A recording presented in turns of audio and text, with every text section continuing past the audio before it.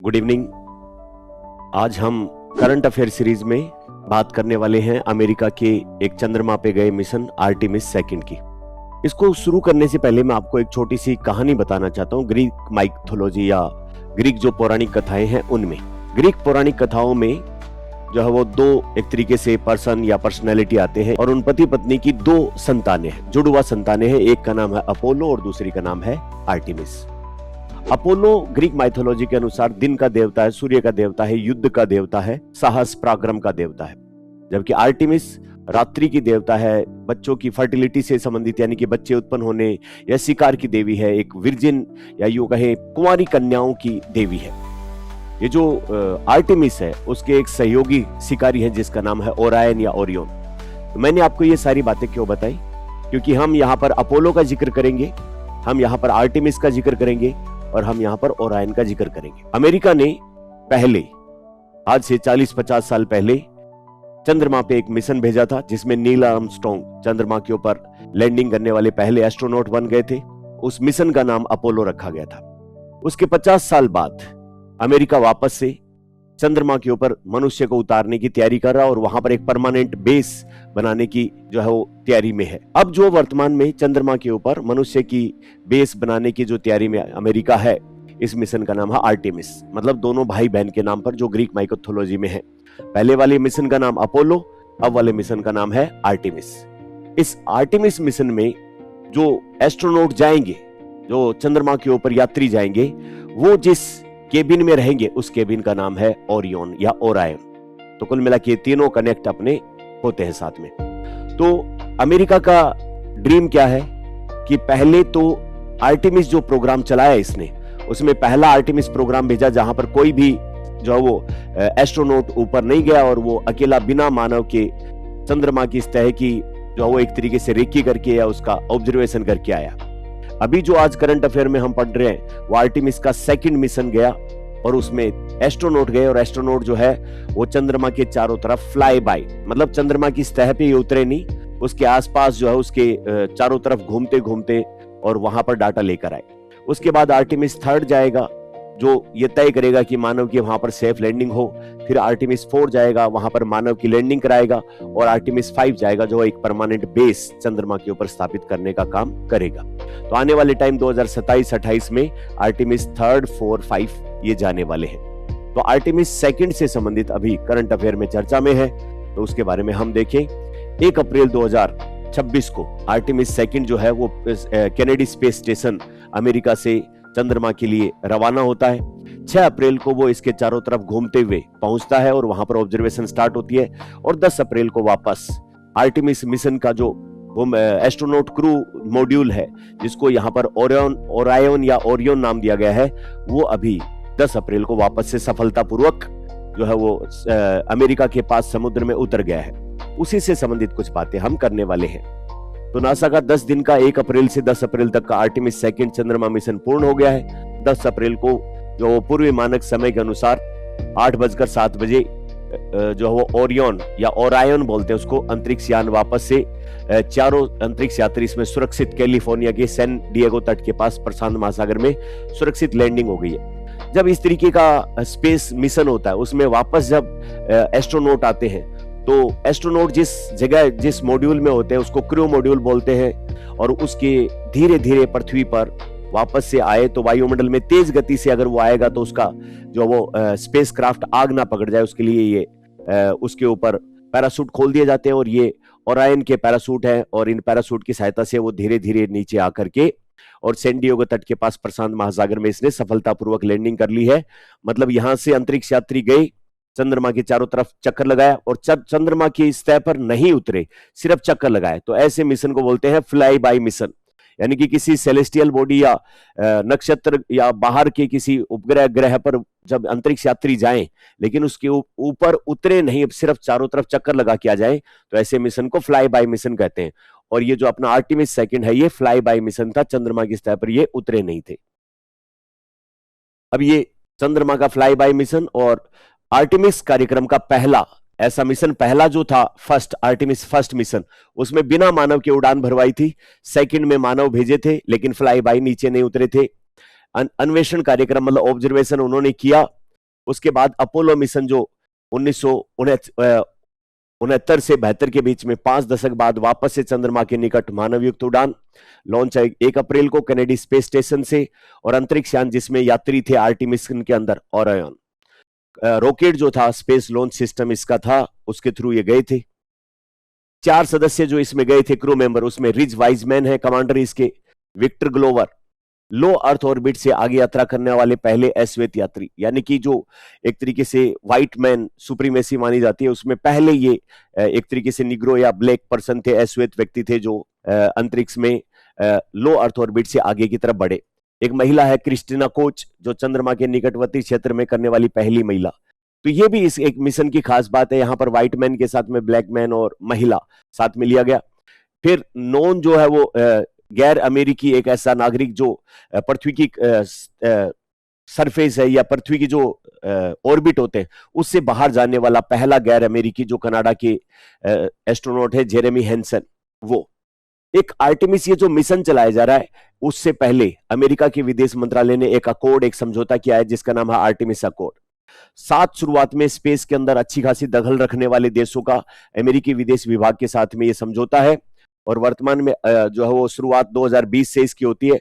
और इसका उद्देश्य है कि अपने जो आउटर स्पेस है उसके अंदर क्या क्या परिघटनाएं होती हैं, किस तरीके से एनर्जी या दूसरी सब चीजें काम करती है, उनके लिए एक सामान्य संचालन सिद्धांत और मनुष्य वहां पर सफलतापूर्वक आसानी से जा पाए, उसके लिए ये एक आर्टेमिस मिशन स्टार्ट किया गया। और वर्तमान में इसके मिशन के हस्ताक्षरकर्ता देश जो है वो 60 से अधिक है, भारत भी उनमें शामिल है।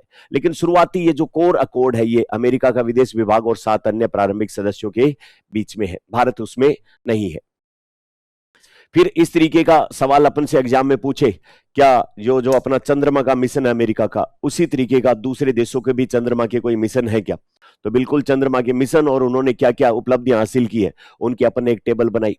एक जो है वो 1966 में यूएसएसआर का लूना 9 मिशन था, जो चंद्रमा की सतह पर लैंडिंग करने वाला पहला अंतरिक्ष यान बना, लेकिन मानव के रूप में नील आर्मस्ट्रांग जो अमेरिका के थे वो गए, लेकिन स्पेस में जाने वाला यूरी गैगरिन रशियन थे पहले।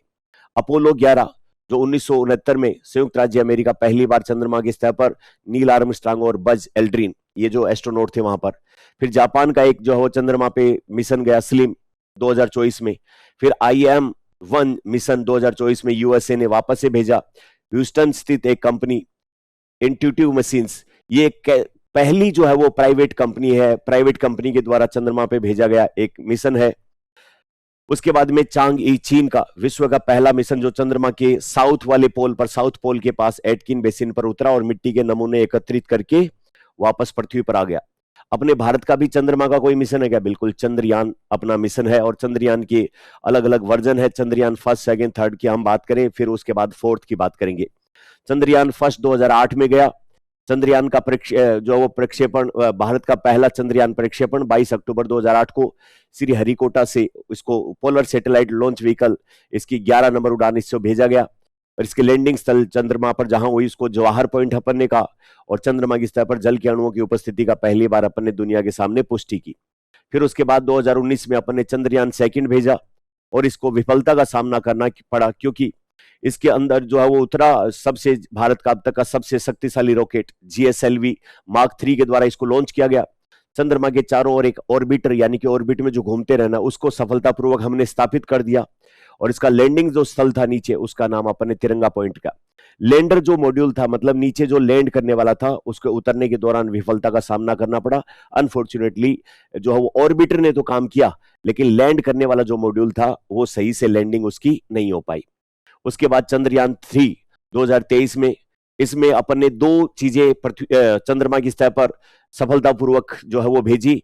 एक तो जो पूरा इक्विपमेंट से जुड़ा हुआ पूरा जो पार्ट था, जिसको लैंड करने वाला कहा गया, उसको नाम अपन ने विक्रम, सारा भाई के नाम पर विक्रम लैंडर।